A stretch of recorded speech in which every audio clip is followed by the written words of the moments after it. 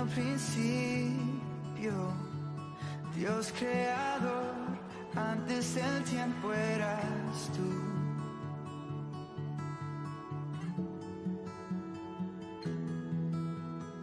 En las tinieblas tu voz se escuchó, con ella creaste la luz.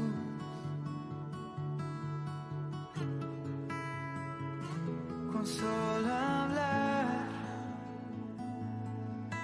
creaste las galaxias con tu voz, y tu aliento a los planetas forma dio.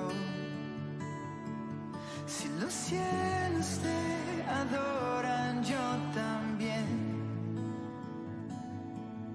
puedo ver tu corazón en la creación.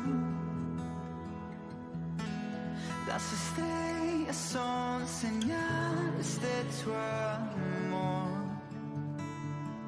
Si la tierra te alaba, yo también.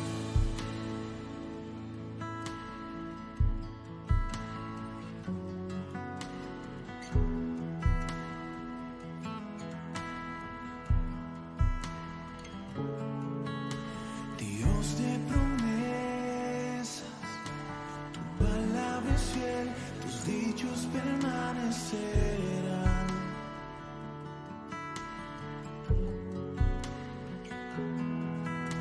Cuando abres tu boca, la vida y la ciencia siempre tu voz seguirán.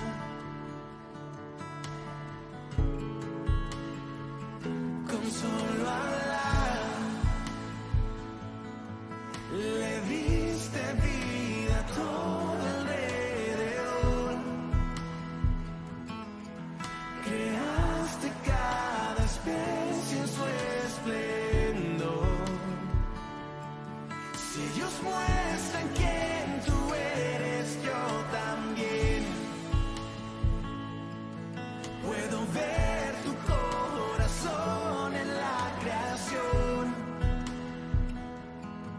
Cada amanecer un lienzo de tu amor. Si los cielos te obedecen, yo también.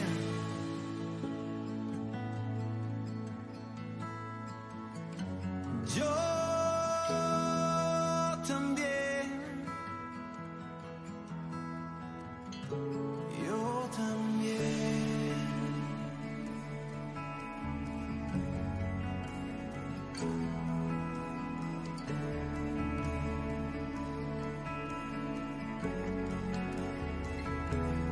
Si los cielos te alaban, yo también. Si los montes se arrodillan, yo también. Si los mares se someten, yo también. Y si todo fue creado para ti, yo también. Si los vientos te obedecen, yo también. Si las rocas te adoran, yo también. Y si aún me queda mucho que expresar, un millón de veces volver a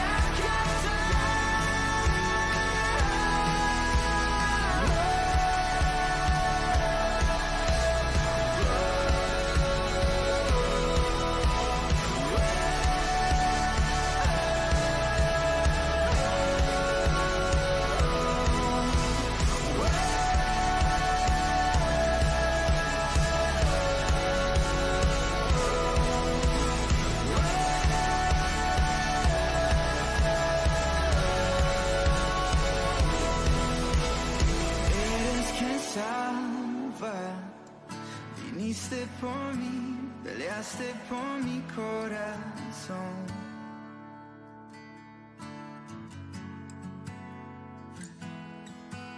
allá en el Calvario, en la oscuridad, la luz de este mundo murió.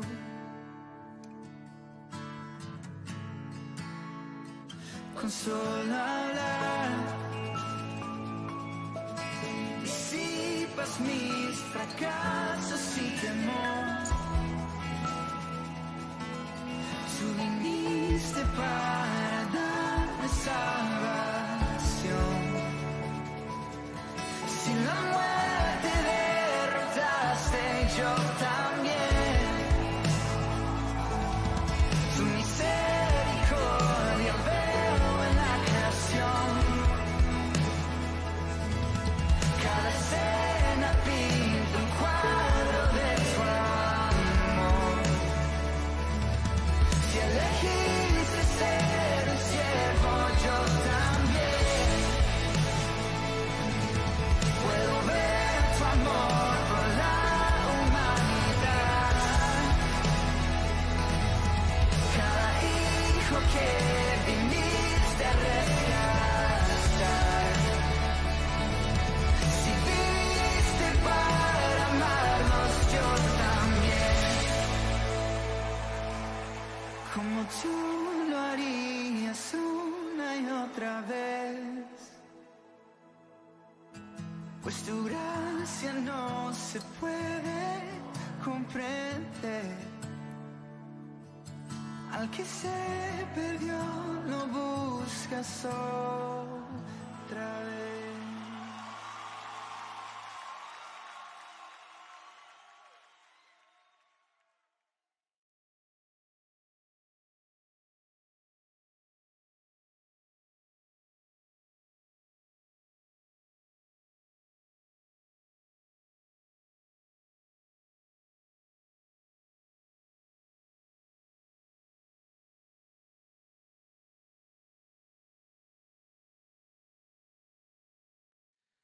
Un saludo muy especial para cada uno de los hermanos de la comunidad cristiana Montesión y para todas las personas que en este momento nos están escuchando. Le damos gracias a Dios por esta nueva oportunidad que Él nos da de poder compartir su preciosa y poderosa palabra.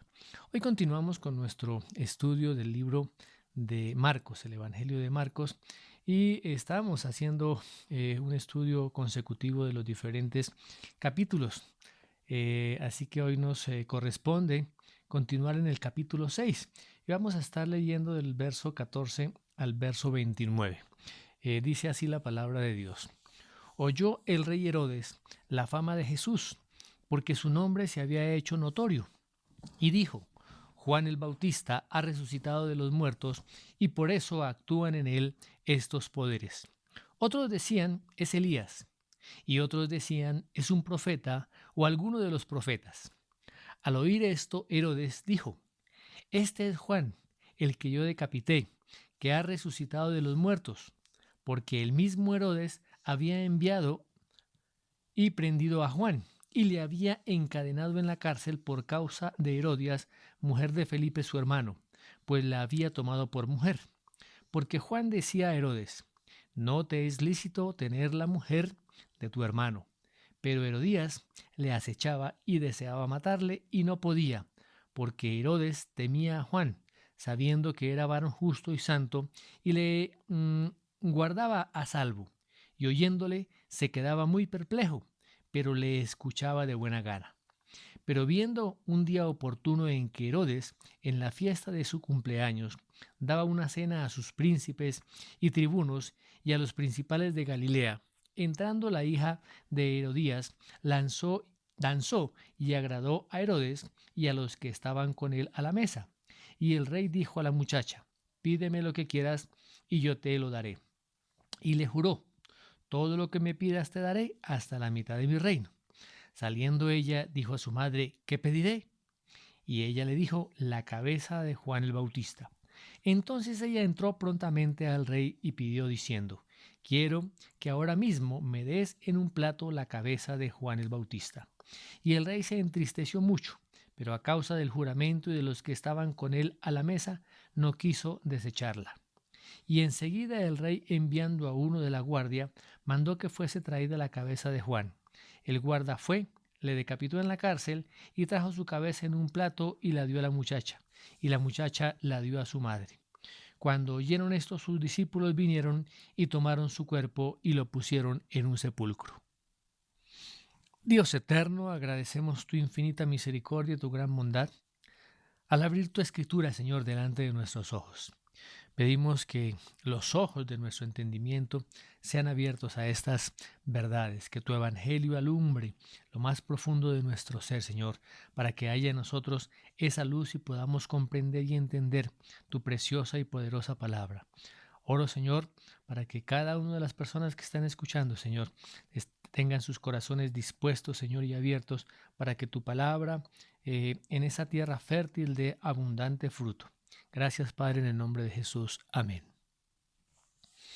Cuando hacemos un examen del Antiguo Testamento, vemos la manera trágica en que el pueblo de Dios rechazó y maltrató e incluso mató a los profetas que Dios mismo enviaba. A principios de la historia del pueblo de Israel, profetas como por ejemplo Moisés y Samuel enfrentaron en repetidas ocasiones críticas y murmuraciones de parte del pueblo. Posteriormente, durante el periodo de la monarquía, muchos profetas soportaron intensas formas de persecución. En la época de Elías, la reina Jezabel, asesinó a muchos profetas verdaderos del Señor. Aunque Elías sobrevivió, estuvo bajo continua amenaza de parte de Jezabel y de su esposo, el rey Acab. De igual manera, también el profeta Miqueas fue encarcelado. El profeta Eliseo, de él se burlaron. Isaías, posiblemente Isaías fue aserrado por la mitad. Urías, otro profeta del Señor, fue matado a espada. Zacarías, el hijo de Joiada, lo mataron a pedradas en el mismo atrio del templo.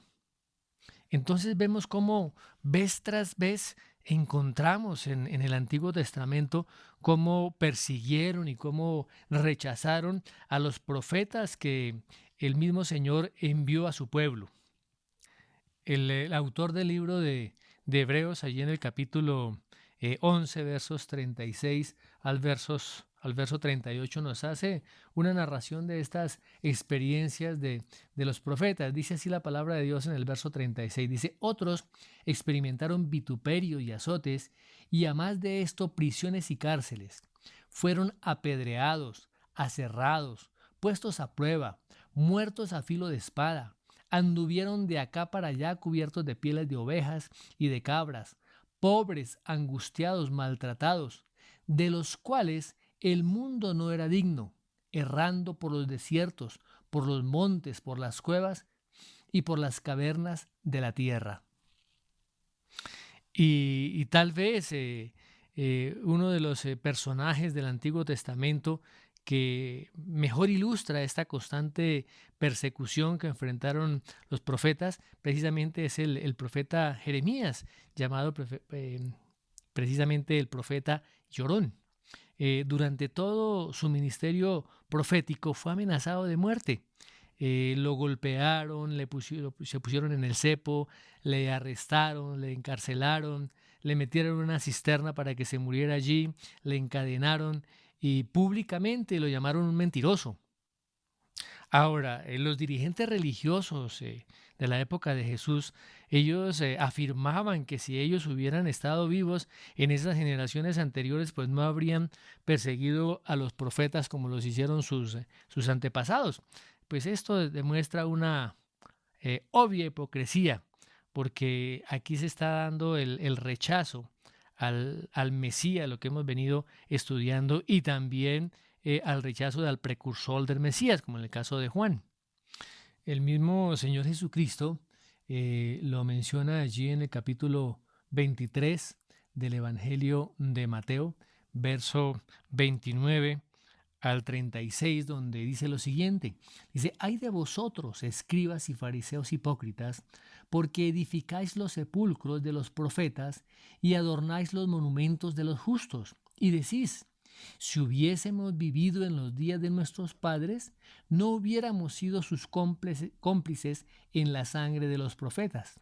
Así que dais testimonio contra vosotros mismos de que sois hijos de aquellos que mataron a los profetas. Vosotros también llenad la medida de vuestros padres. Serpientes, generación de víboras, ¿cómo escaparéis de la condenación del infierno?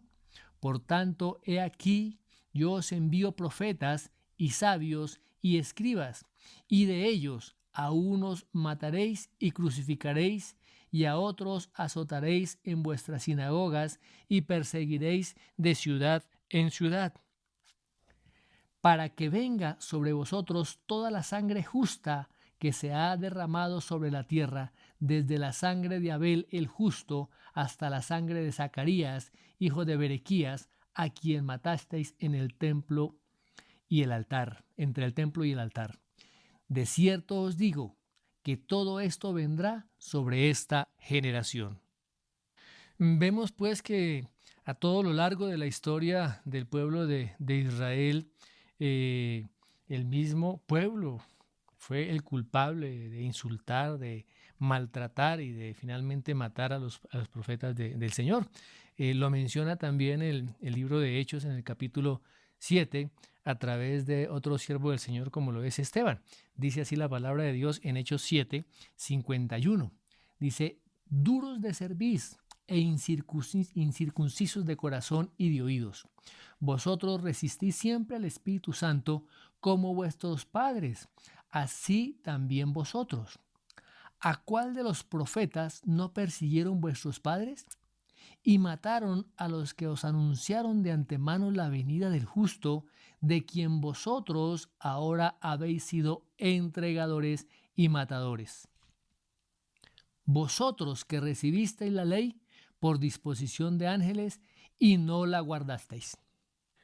Vemos que tanto los líderes religiosos como el mismo pueblo rechazaba a los profetas. Y en la época del Señor Jesucristo, los líderes religiosos de ese primer siglo continuaban con su corazón endurecido, con la misma herencia que traían de sus antepasados. Y de igual manera como rechazaron a los profetas, también rechazaron al Señor Jesucristo y rechazaron a su precursor, a Juan el Bautista, y a los mismos apóstoles y profetas que el mismo Señor envió. Ahora, en esta sección de Marcos 6 del 14 al 29, se está relatando la ejecución, la muerte de Juan el Bautista, el precursor del Mesías. Y se dice que es el último profeta del Antiguo Testamento, de la forma en que el Señor lo menciona allí en Mateo 11:11. Dice así la palabra del Señor: de cierto os digo, entre los que nacen de mujer no se ha levantado otro mayor que Juan el Bautista, pero el más pequeño en el reino de los cielos, mayor es que él. O sea que la predicación de Juan siempre señaló hacia Cristo.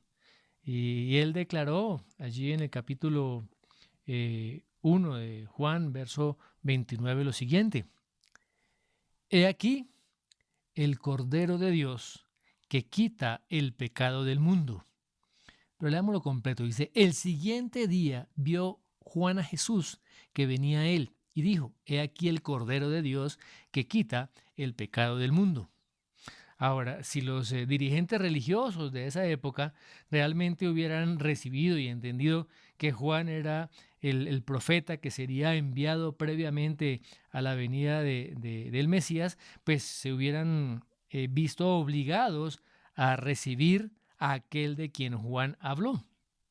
De tal manera que si rechazaron a Jesús, también tendrían que rechazar a su predecesor.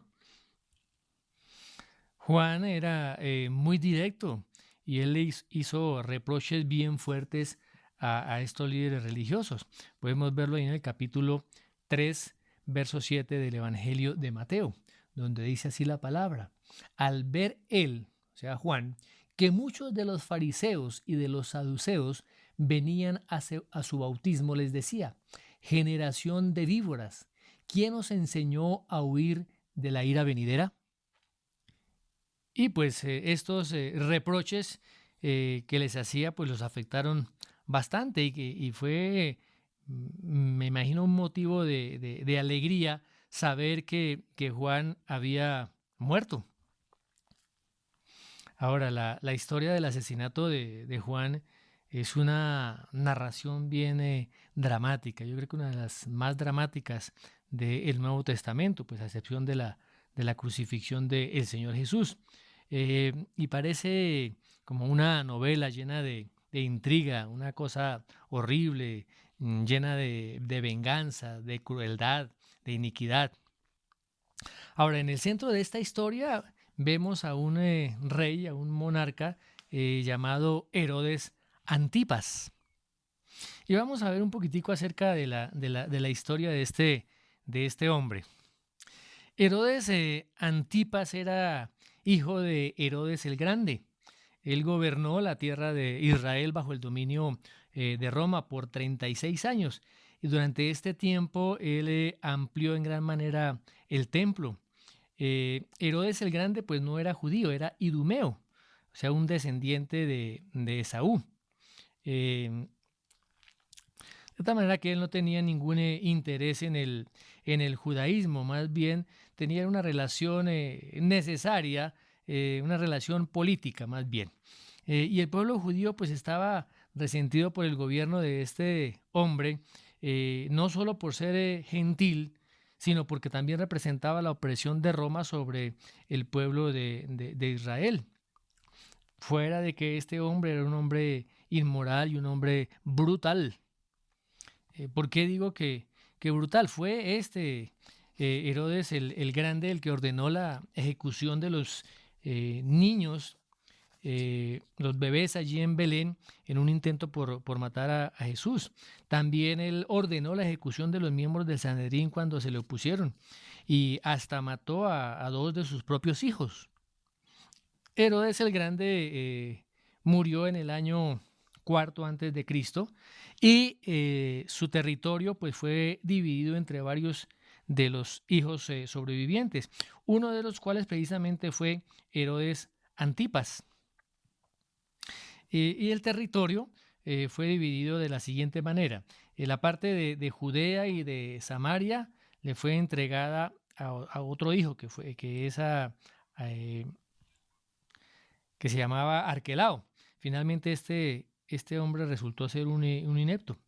Y en el año sexto, después de Cristo, fue depuesto por Roma y fue reemplazado por una serie de gobernadores, uno de los cuales fue Poncio Pilato, que estuvo gobernando desde el año 26 hasta el año 36 después de Cristo.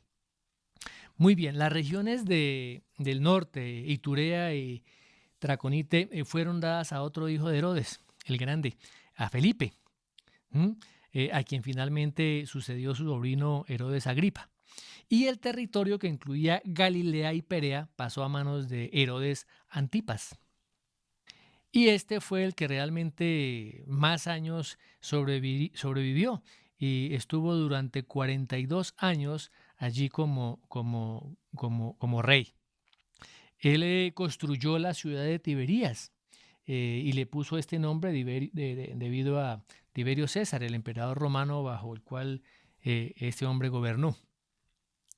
Ahora, los hijos de Herodes el Grande pues no tuvieron el mismo poder y el mismo prestigio que tenía su padre, pero una cosa que sí heredaron fue su carácter, por lo que fueron igualmente inmorales y crueles. Ahora, no fueron monarcas absolutos, sino que eran gobernadores, o sea, administraban estas regiones, pero eran vasallos de Roma. Pues en consecuencia de esto, pues tuvieron poca influencia o poder fuera de la región específica en que Roma les permitía gobernar.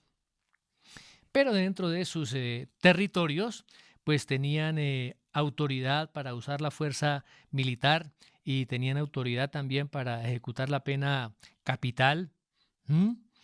pues y utilizaban todas estas herramientas para ellos mantener su soberanía.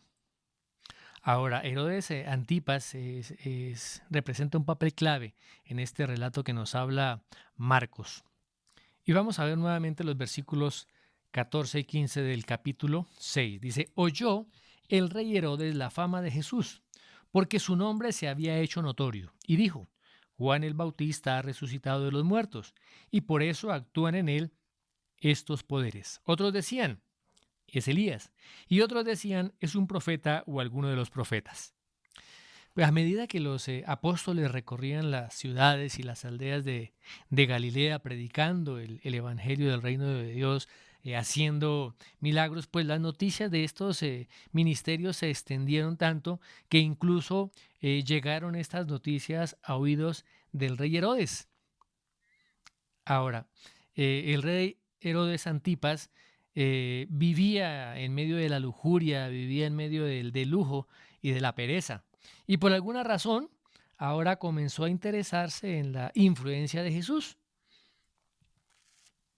Ahora, el palacio del rey Herodes se encontraba en Tiberías, que era una ciudad que estaba al oeste del lago de Galilea.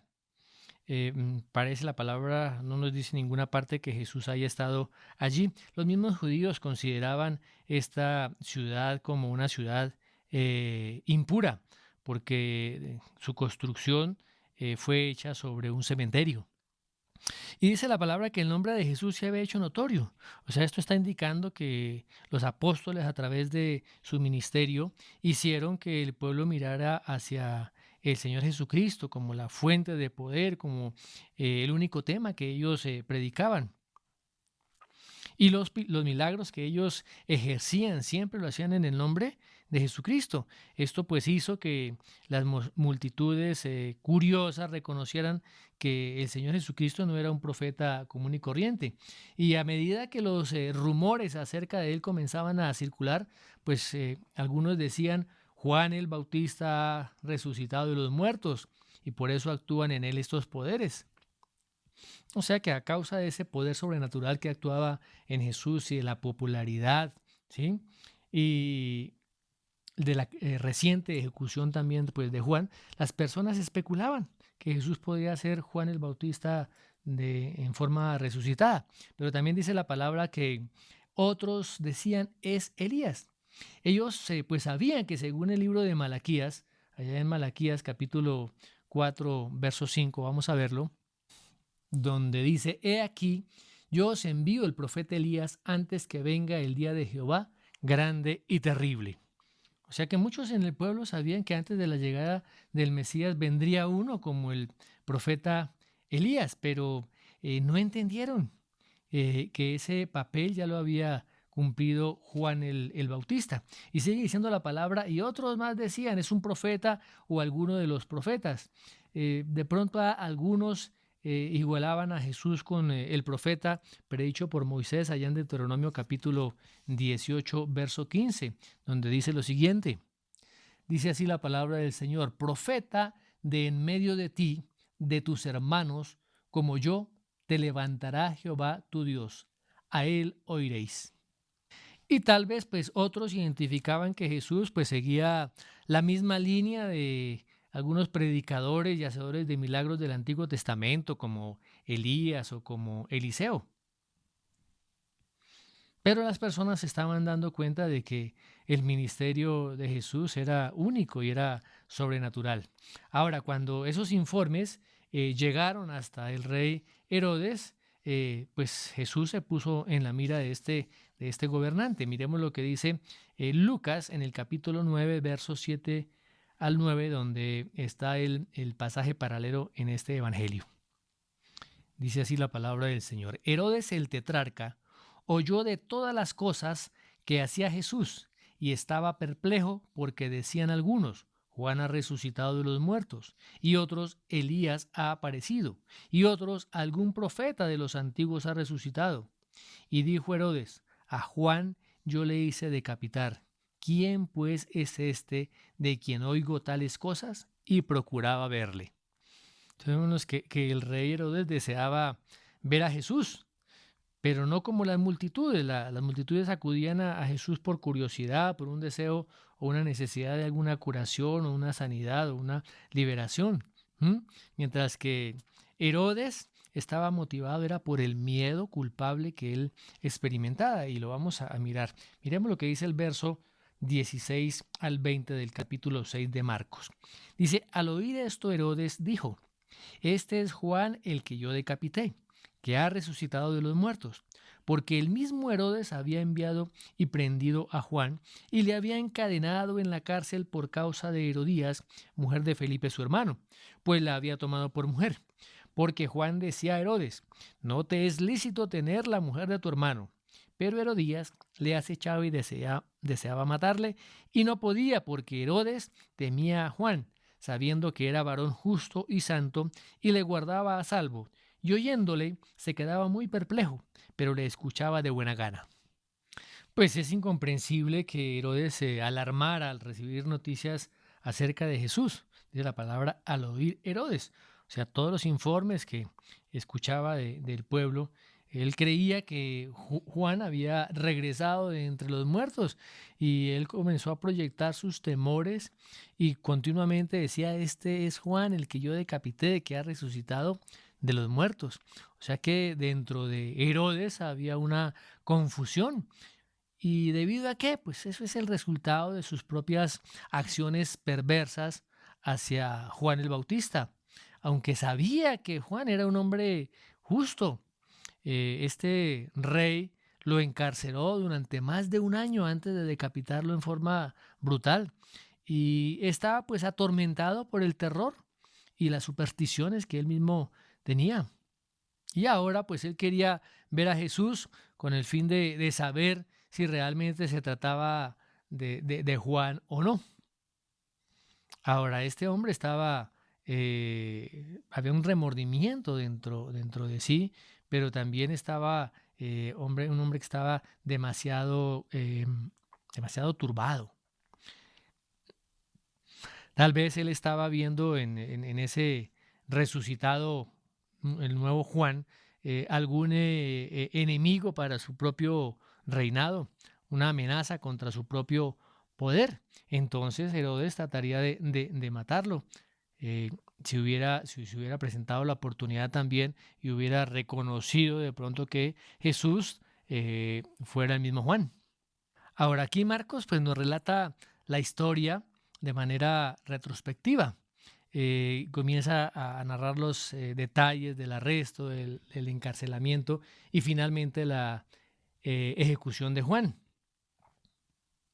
Dice así la palabra, dice que el mismo Herodes había enviado y prendido a Juan. O sea, fue una orden directa que él mismo había pronunciado. O sea que había también en su interior ira hacia el profeta. ¿Mm? Vemos que no fue por un decreto romano que lo detuvieron, sino de una venganza profundamente arraigada en su interior. Ahora, Juan estaba bautizando en el río Jordán. Dice allá en el Evangelio de Juan, capítulo 3, versos 22 y 24, lo siguiente. Dice: Juan bautizaba también en Enón junto a Salim, porque había allí muchas aguas, y venían y eran bautizados, porque Juan no había sido aún encarcelado. Ahora Juan allí pues predicaba el mensaje de arrepentimiento para la preparación para la venida del Señor. Lo vemos allí en Mateo capítulo 3, verso 2. Podemos ver desde el 1, dice: en aquellos días vino Juan el Bautista predicando en el desierto de Judea y diciendo: arrepentíos, porque el reino de los cielos se ha acercado. Y dice también el verso 5 del mismo capítulo, dice: y salía a él Jerusalén y toda Judea y toda la provincia de alrededor del Jordán. De tal manera que las multitudes salían a escuchar a Juan, y muchos confesaban sus pecados, muchos demostraban en público su deseo de vivir rectamente al ser bautizados. Y ese llamado de Juan al arrepentimiento, a la confesión de pecados, pues era la preparación para la venida del reino de los cielos. Ahora, Juan hacía una acusación directa contra el rey Herodes. Eh, Juan sabía que Herodes estaba viviendo en incesto y en adulterio. Dice la palabra que por causa de Herodías, mujer de Felipe, su hermano, pues la había tomado por mujer. Y Juan no dudó en confrontar específicamente la iniquidad de este rey adúltero. Ahora, Herodías no solamente era esposa de su hermano Felipe, sino que era sobrina de Herodes. Era hija de Aristóbulo, otro medio hermano de Herodes Antipas, sino que también estaba ya casada con otro de su medio hermano, como ya lo mencioné, con Felipe. Ahora, para agrandar más el problema, Herodes Antipa ya estaba casado con la hija del rey Aretas, quien gobernaba la Arabia Nabatea, hasta el sureste, hacia el Mar Muerto. Y agravado fuera de eso, con el divorcio ilegal, con adulterio e incesto. O sea que Herodes Antipa sedujo a su sobrina para que se divorciara de su medio hermano, para poder casarse con ella. O sea que la maldad de Herodes no solo enfureció a su ex suegro, el rey Aretas, quien envió un ejército contra Herodes y lo habría derrotado de no haber intervenido las tropas romanas. Esto también pues indignó a Juan el Bautista, quien públicamente pues lo reprendió por su iniquidad. Pues esta palabra se menciona allí en Levítico capítulo 18, verso 16, donde dice así la palabra del Señor: la desnudez de la mujer de tu hermano no descubrirás, es la desnudez de tu hermano. Y también lo menciona nuevamente Levítico capítulo 20, verso 21, donde dice: el que tomare la mujer de su hermano comete inmundicia, la desnudez de su hermano descubrió, sin hijos serán. O sea, vemos que la maldad y el pecado de este hombre eran grandes. Posiblemente Juan comenzó a predicar o a confrontar este pecado de Herodes públicamente. Y pues él se enteró y lo que hizo fue enviar soldados pues precisamente para arrestar a Juan y llevarlo a su palacio. Y una vez allí, Juan lanzó esa mordaz reprimenda directamente a la cara de Herodes, diciéndole: no te es lícito tener la mujer de tu hermano. Y parece que en varias ocasiones Juan le mencionó y le declaró esta verdad en la cara al mismo rey Herodes. Ahora, de acuerdo a Mateo 4:12 y a Marcos 1:14, el encarcelamiento de Juan el Bautista se llevó a cabo poco después del bautismo del Señor Jesucristo y de su posterior tentación en el desierto. Y más o menos durante el año siguiente, Juan estuvo encarcelado en el calabozo del palacio del rey Herodes. Algunos estudiosos dicen que estuvo en el palacio de Maqueronte, cerca del Mar Muerto, donde Juan fue encarcelado allí en un calabozo oscuro, aislado, totalmente aislado de todo contacto con la naturaleza, donde normalmente Juan acostumbraba a vivir.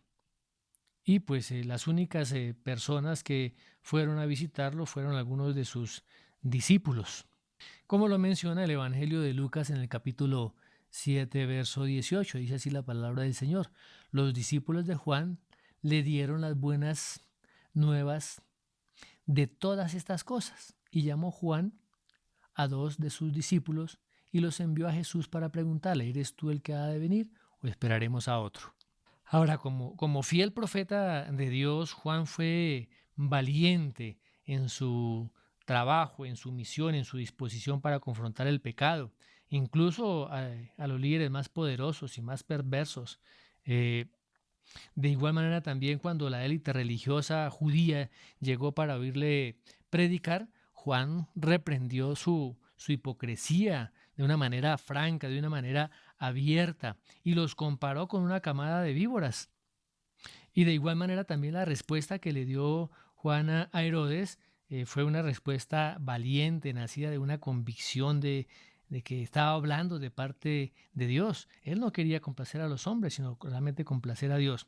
Y como resultado, pues, de estos enfrentamientos de Juan, ¿qué sucedió con Herodías? Dice la palabra, Herodías le acechaba y deseaba matarle y no podía, porque Herodes temía a Juan sabiendo que era varón justo y santo y le guardaba a salvo. De tal manera que Herodes protegía de cierta manera a Juan de su celosa esposa Herodías. Miremos lo que dice Mateo 14:5, perdón. Dice así la palabra. Y Herodes quería matarle, pero temía al pueblo porque tenían a Juan por profeta. O sea que al rey lo motivaba no solamente el temor a Juan, sino también el miedo al pueblo debido a que lo tenían por profeta. ¿Mm? Vemos que el rey Herodes le temía, en un principio le temía a Juan, pero después de haberlo matado, él todavía tuvo más miedo todavía de que Juan hubiera regresado entre los muertos y viniera a vengarse. Y aquí también hay algo, pues, irónico, ¿no? Porque Juan, de manera repetida, denunció la situación de pecado en que estaba viviendo Herodes, de su inmoralidad. Pero aún así dice que se despertó la curiosidad por lo que estaba predicando el profeta.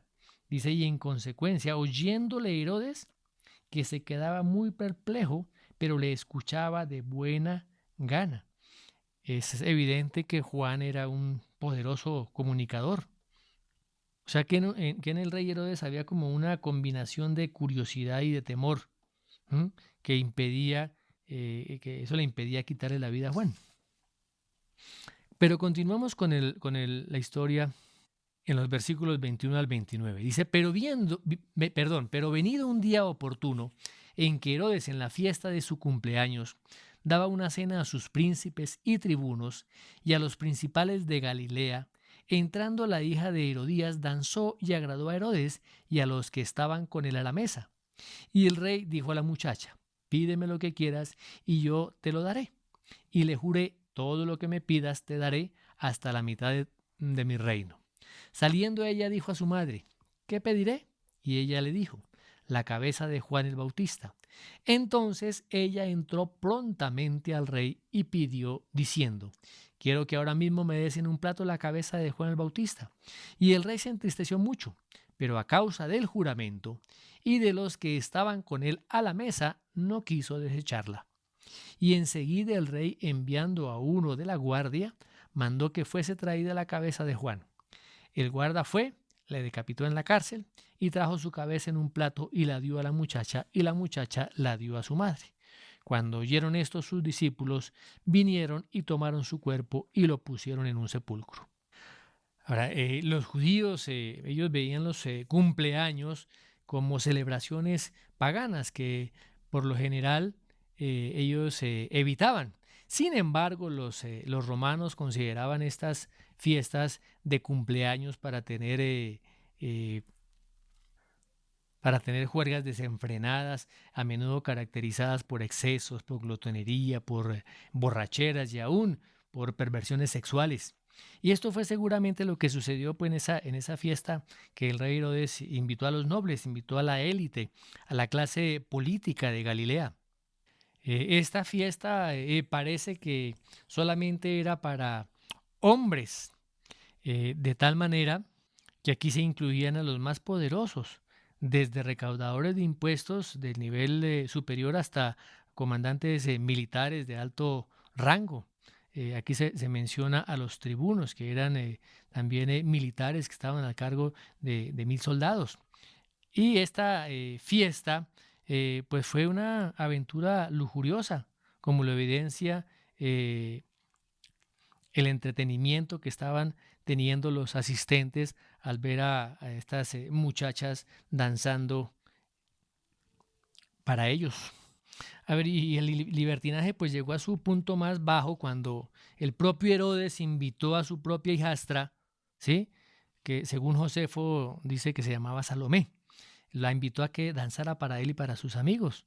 Por eso dice la palabra, entrando la hija de Herodías danzó y agradó a Herodes y a los que estaban con él en la mesa. O sea que fue una danza provocativa, fue un acto sugestivo, un acto erótico, pues comparable con lo que actualmente se llama el striptease. Y en medio de su borrachera dice que esta chica le agradó al rey Herodes. ¿Mm? Parece que esta palabra agradó viene de un eufemismo que es que se excitó sexualmente. O sea que Herodes y sus amigos, todos los que había invitado el rey, se agradaron muchísimo de lo que estaban viendo. Por eso el mismo Herodes le promete a la muchacha, dice, pídeme lo que quieras y yo te lo daré.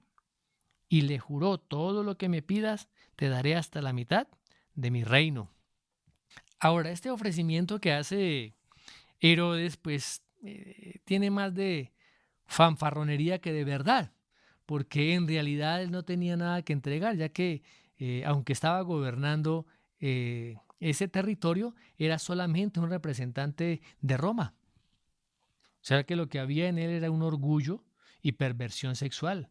O sea que Herodes hizo un juramento con sus invitados como testigos y él se ató a sus mismas palabras y a los caprichos de esta hijastra. Ahora, esta muchacha, Salomé, pues no le dio una respuesta inmediata, sino que fue y consultó con su madre. Dice la palabra, saliendo ella, dijo a su madre, ¿qué pediré? Ahora, esta mujer, eh, Herodías, era una mujer tipo Jezabel, era una mujer malvada, era una mujer astuta, vengativa. ¿Mm?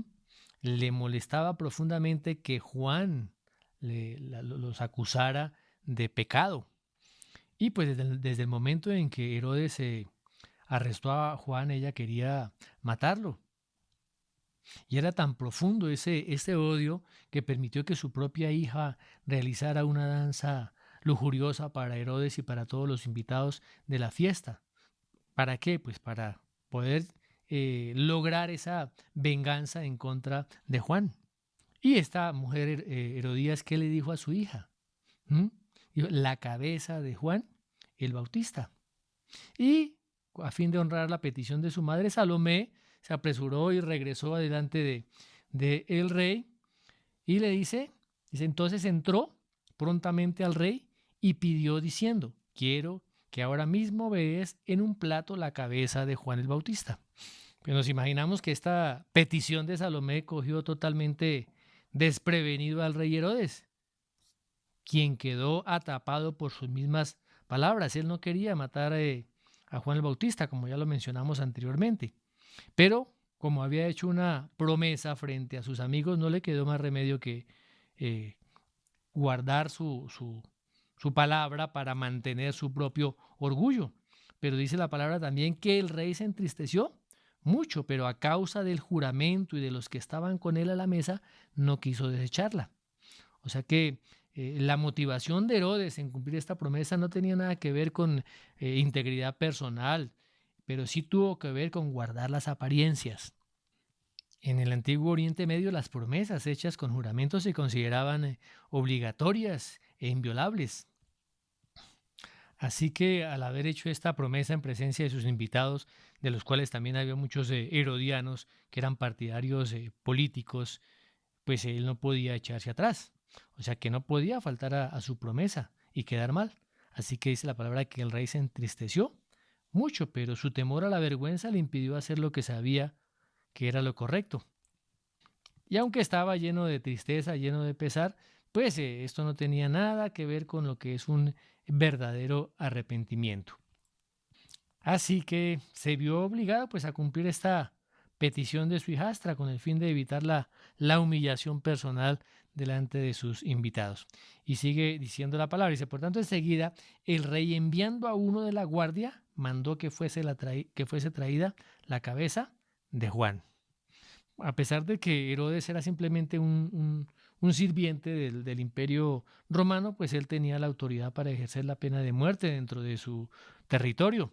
Así que una vez dada la orden se cumplió de inmediato. ¿Qué hizo el verdugo? Decapitó a Juan en la cárcel y trajo la cabeza en un plato y se la dio a la muchacha. Y la muchacha se la dio a su madre. De tal manera que con un solo golpe de espada el verdugo eh, le quitó la cabeza a Juan el Bautista. Eh, Así que Juan no solamente fue el más grande y el último de los profetas del Antiguo Testamento, sino que también fue el primer mártir por causa de Jesucristo. O sea, toda la vida de Juan apuntó hacia el Mesías venidero. Y hasta la muerte, Juan permaneció fiel en la tarea que Dios le había dado. Y dice finalmente el verso 29, cuando oyeron esto sus discípulos, vinieron y tomaron su cuerpo y lo pusieron en un sepulcro. Pues es difícil imaginar la angustia que debieron haber experimentado estos discípulos de Juan cuando se dieron cuenta el asesinato de su maestro y haber encontrado pues el cuerpo recogido, más bien el cuerpo decapitado de Juan. Juan había sido su maestro, había sido su líder, había usado la predicación para convencerle de pecado en sus corazones, de llevarlos al arrepentimiento. También Juan los había conducido o dirigido al Mesías. Así que no es de extrañar que los discípulos de Juan fueran a informarle a Jesús lo que había acontecido. Como lo menciona el Evangelio de Mateo, capítulo 14, verso 12, donde dice así la palabra de Dios. Entonces llegaron sus discípulos y tomaron el cuerpo y lo enterraron, y fueron y dieron las nuevas a Jesús. Como ya lo mencionamos, fue hasta después de la muerte de Juan el Bautista que Herodes comenzó a prestar atención al ministerio del Señor Jesucristo. ¿Por qué? Pues temeroso de que Juan pudiera haber regresado de entre los muertos. Entonces Herodes trataba de ver a Jesús, pero esa reunión no se llevaría a cabo, sino hasta unas pocas horas antes de la crucifixión del Señor. Miremos lo que dice Lucas capítulo 23, versos 6 al 11. Dice así la palabra del Señor. Entonces Pilato, oyendo decir Galilea, preguntó si el hombre era Galileo. Y al saber que era de la jurisdicción de Herodes, le remitió a Herodes, que en aquellos días también estaba en Jerusalén. Herodes, viendo a Jesús, se alegró mucho porque hacía tiempo que deseaba verle, porque había oído muchas cosas acerca de él, y esperaba verle hacer alguna señal. Y le hacía muchas preguntas, pero él nada le respondió. Y estaban los principales sacerdotes y los escribas acusándole con vehemencia. Entonces Herodes, con sus soldados, le menospreció y escarneció, vistiéndole de una ropa espléndida, y volvió a enviarle a Pilato. Dice, finalmente Herodes vio a Jesús, así que quedaría aliviado al darse cuenta de que Jesús no era Juan el Bautista, aunque en realidad Jesús era mucho más que Juan. Pero a Herodes, dice la palabra, que le pareció mucho menos. Y lo ridiculizó y lo envió de vuelta nuevamente a Pilato. Ahora, en estas interacciones que tiene Juan el Bautista y Jesús con Herodes Antipas, se destaca como un personaje trágico, de igual manera que Judas en la historia, ¿no? Tenía en sus manos al hombre más grande que jamás había vivido. Tenía al más honrado profeta de Dios y lo encerró en una mazmorra hasta que lo hizo ejecutar. Y luego tuvo una audiencia con el Rey de Reyes y se burló de él y le dio la espalda. Esta fue una gran oportunidad que perdió el rey Herodes como consecuencia de su amor al pecado, por su arrogancia, por su indisposición a creer, por su cobarde temor a la verdad. No creyó al Evangelio. Herodes, que pretendía era gobernar a los demás, pero en realidad era un individuo controlado por el temor al hombre. Inicialmente el temor al pueblo impidió matar a Juan. Su temor a sus amigos finalmente lo obligó a autorizar la ejecución del profeta. De tal manera que su miedo hacia Juan se llenó de ansiedad cuando oyó hablar de Jesús. Pero ese temor se convirtió después en burla cuando finalmente tuvo una audiencia con el Hijo de Dios. O sea que Herodes le temía a todo el mundo, menos al Señor. Y como resultado, es un hombre que se perdió. Y horas después de este encuentro que tuvo con Herodes, el Señor Jesucristo sería clavado en la cruz, de tal manera que su muerte cumplió la misma advertencia que el Señor ya había pronunciado antes a los dirigentes y a los líderes religiosos judíos, que se encuentra allí en Mateo capítulo 23, versos 37 y 38. Dice así la palabra del Señor: Jerusalén, Jerusalén, que matas a los profetas y apedreas a los que te son enviados. Cuántas veces quise juntar a tus hijos como la gallina junta a sus polluelos debajo de las alas, y no quisiste. He aquí, vuestra casa os es dejada desierta. Así que después de rechazar el ministerio de Juan, todos los líderes religiosos también rechazaron al Mesías, de quien Juan y todos los demás profetas del Antiguo Testamento habían hablado y habían declarado y habían profetizado. En consecuencia, pues cayeron bajo el severo, eterno juicio de Dios, junto con esta nación apóstata que estaban representando. Hemos tenido muchas veces la oportunidad de escuchar, de oír el mensaje del Evangelio de la cruz. Y esta es una gran oportunidad que Dios nos da a cada uno de nosotros. Pero tenemos que estar dispuestos a recibir esa preciosa y poderosa palabra. Que no seamos como Herodes, que por su amor al pecado, que por su arrogancia, por su orgullo, porque no quiso creer, porque hubo aún temor en su corazón, rechazó al Mesías, al Señor de señores, y mandó a asesinar a su mensajero.